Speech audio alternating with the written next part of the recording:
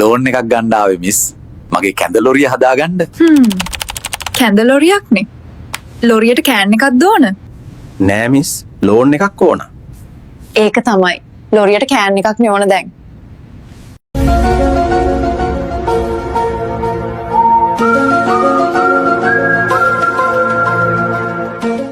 පුතා මේ තනකොළ කන්නේ. මම කුණාටු වෙලාවේ වේලි වලට අනේ තව ටිකක් අල්ලන් ඉන්න කියලා හැලි ලියපු එකේ.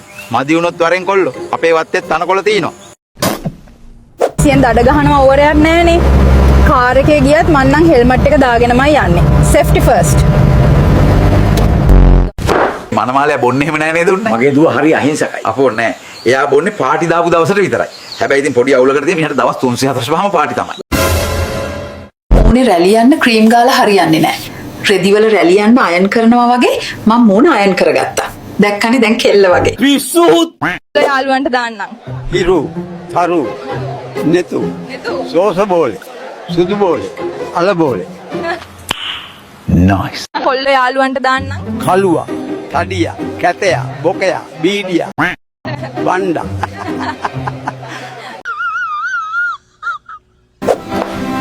සීයේ ඇත්තද? දත් තියෙන කාලේ මස් කන්න ඕන කියන්නේ? සල්ලි තියනම් දත් දාන්නත් පුළුවන්. මස් කන්නත් පුළුවන් නගගි.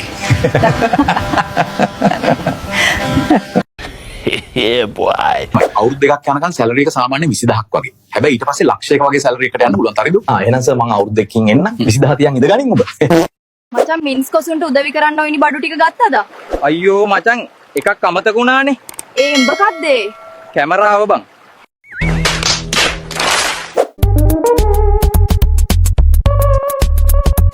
වාසක මහත්තයෝ මත්පැන් කියන්නේ මිනිස්යාගේ පරම හතුරෙක්.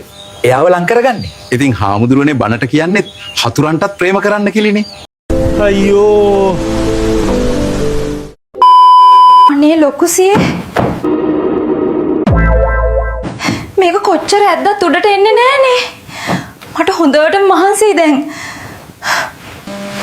අමාරුවෙන් රබර් පස්සවල් දාපු කලිසම් එදලා කොල්ල රවට්ටන්න ඇයි ඔය තරම් දුක් විඳිවන්නේ කෙල්ලේ? ඉමෝෂනල් ටෑම. ගෑණි ළමයින්ට සද්දයෙන් බනිනවා නම් මම දන්නවා ඒ බනින්නේ මටත් එක්ක කියලා. හීනවලට පණ දෙන්න ජොබ් එකක් කරන්න ගත්තා. දැන් හීනත් නෑ, පණත් නෑ, නින්දත් නෑ, කන්නත් නෑ, සල්ලිත් නෑ.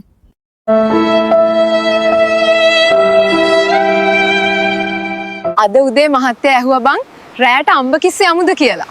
එහෙනම් හොඳට නාලා කරලා ලැහැස්ති වෙලා හිටපන්. කුසියේ මට අහන්න දෙයක් තියෙනවා. මොකද්ද කෙල්ලේ දැනගන්න ඕන? බාර් එකයි බ්‍රා එකයි දෙකම එක වගේ කියන්නේ ඒසියේ. ඒයි බං කෙල්ලේ දන්නේ නැද්ද? ඔය දෙක අරිනකල් තමයි කොල්ලේ නොයිවසිල්ලෙන් බලන් ඉන්නේ කියලා. සදුන් පුතා කියන්න බලන්න ලංකාවට ආවේනික පක්ෂීන් දෙන්නෙක්. ටීචර් වලි කුකුලා. බොහොම හොඳයි පුතා. තව එකෙක් කියන්න බලන්න. ටීචර් ඌගේ අම්මා. ඌගේ අම්මා නෙමයි. උබේ අම්මව එක්කන් වරෙන්. හෙට ඉස්කෝලේදී ප්‍රින්සිපල් ගාවට. අංකල් මේ ගහ කාර් එක උඩට කඩන් වැටිලාද? නෑ ළමයෝ. මම කාර් එකට රස්නේ නිසා හෙවණක් ගන්න ගහ යටින් පාක් කළා. What? කැරට් කීයද? කිලෝ එක 3000යි. අපි හාවෝ වගේ පේනවද? ඒකෝ මිනිහෝ මට ටෙස්ටමෝල්ට් එකක්වත් ගෙනත් දියන්. උඹ මාව කසාද බැන්දේ මට හොදට කන්න දෙනවා කියලා නේද? 6 months later. ගෑණි දවසක් නෙස්ටමෝල් ටිල්ලලා මැරෙන්න හදුවා. දැන් ඇති තරම් බොන්න පුළුවන්. කමලා එන්න නෙස්ටමෝල් බොන්න.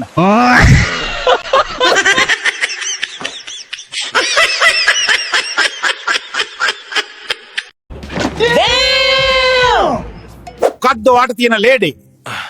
මට දුර තියෙන දෙයක් පේන්නේ නැහැ ડોක්ටර්.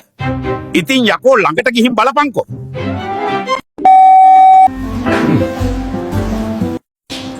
අපි ලස්සන වෙන්න මේ තරම් මහන්සි වෙන්නේ ඇයි කියලා ඔයාට තේරෙන්නේ නැද්ද? ඔය වගේ දේවල් වලට මහන්සි වෙලා වැඩක් නැහැ කෙල්ලේ. දැන් ඉන්න කොල්ලන්ට වතුර ටික මාරු කරගන්න විතරයි ඕන.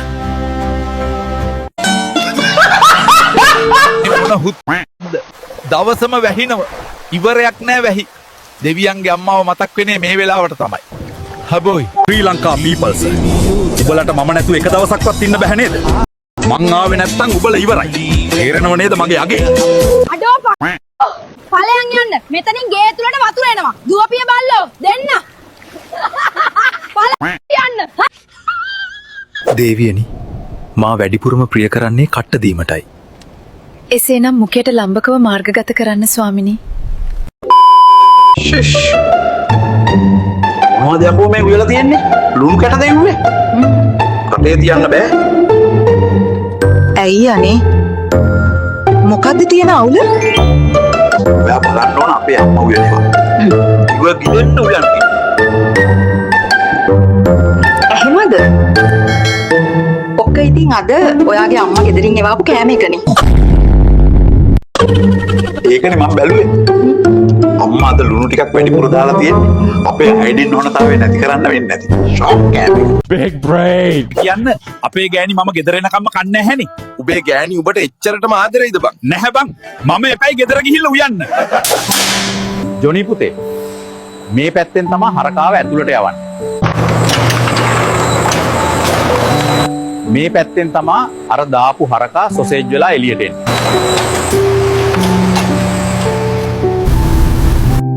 මොනවද ජොනි කල්පනා කරන්නේ? නෑ ඩැඩි. මම මේ කල්පනා කරේ මේ ව්‍යාපාරය දියුණු කරන ක්‍රමයක්. මොකක්ද අදහස? කවදා හරි මේ ෆැක්ටරි එකත් ඔයාටම තමයි. අපිට බැයිද මේ පැත්තෙන් සොසේජ් එකක් දාලා අනිත් පැත්තෙන් හරකෙක් ගන්න? ඇයි බැරි? ඒ වගේ සොසේජ් එකක් දාලා තමයි තෝ වගේ හරකෙක් එළියට ආවේ. ගෑස් පේන්නේ නැද්ද? මේ වයසක මිනිස්සයා හිටගෙන යනවා. නැගිටලා සීට් එක දෙන්න බැරිද ඔයාට? වාඩි වෙන්න ආච්චි.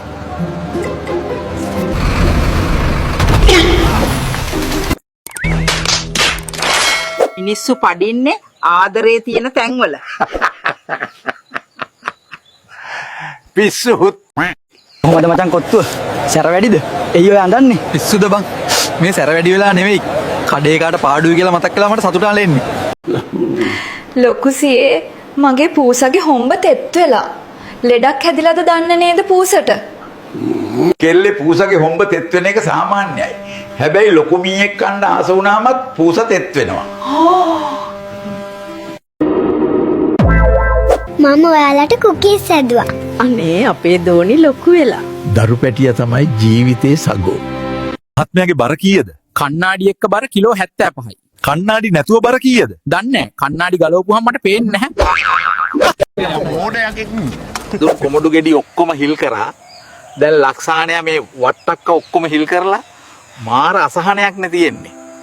කොල්ලෝ මේවට ගල් කිව්වට මේකට කියන්නේ කලවා. පැහැදිලිද? කලවා. බුදු අම්මෝ මගේ ඇනුණා. අම්මෝ තව පොඩ්ඩෙන් බෝල දෙක ඉන්දියාවෙන් තමයි ගේන්න වෙන්නේ. නෝනා වම්ටු ගහලා පලා ගන්නව දට්ටු. නොදමකින් තොපේ කඩවල් වලට එනවට අපිට ගහන්න ඕනේ. ඔයා හිට ගියාම මට ගොඩක් පාළුයි. මම ඉක්මනට ආයෙත් එන්නම් කෙල්ලේ. විවාහ ජීවිතේ මොන වගේද? විවාහ ජීවිතේ හරියට බෙල්ට් එකක් වගේ. එතයි අත්ත ඔහෙම කියන්නේ. කොච්චර හිල් තිබ්බත් දාන්න වෙන්නේ එක හිලටන්නේ කොල්ලා.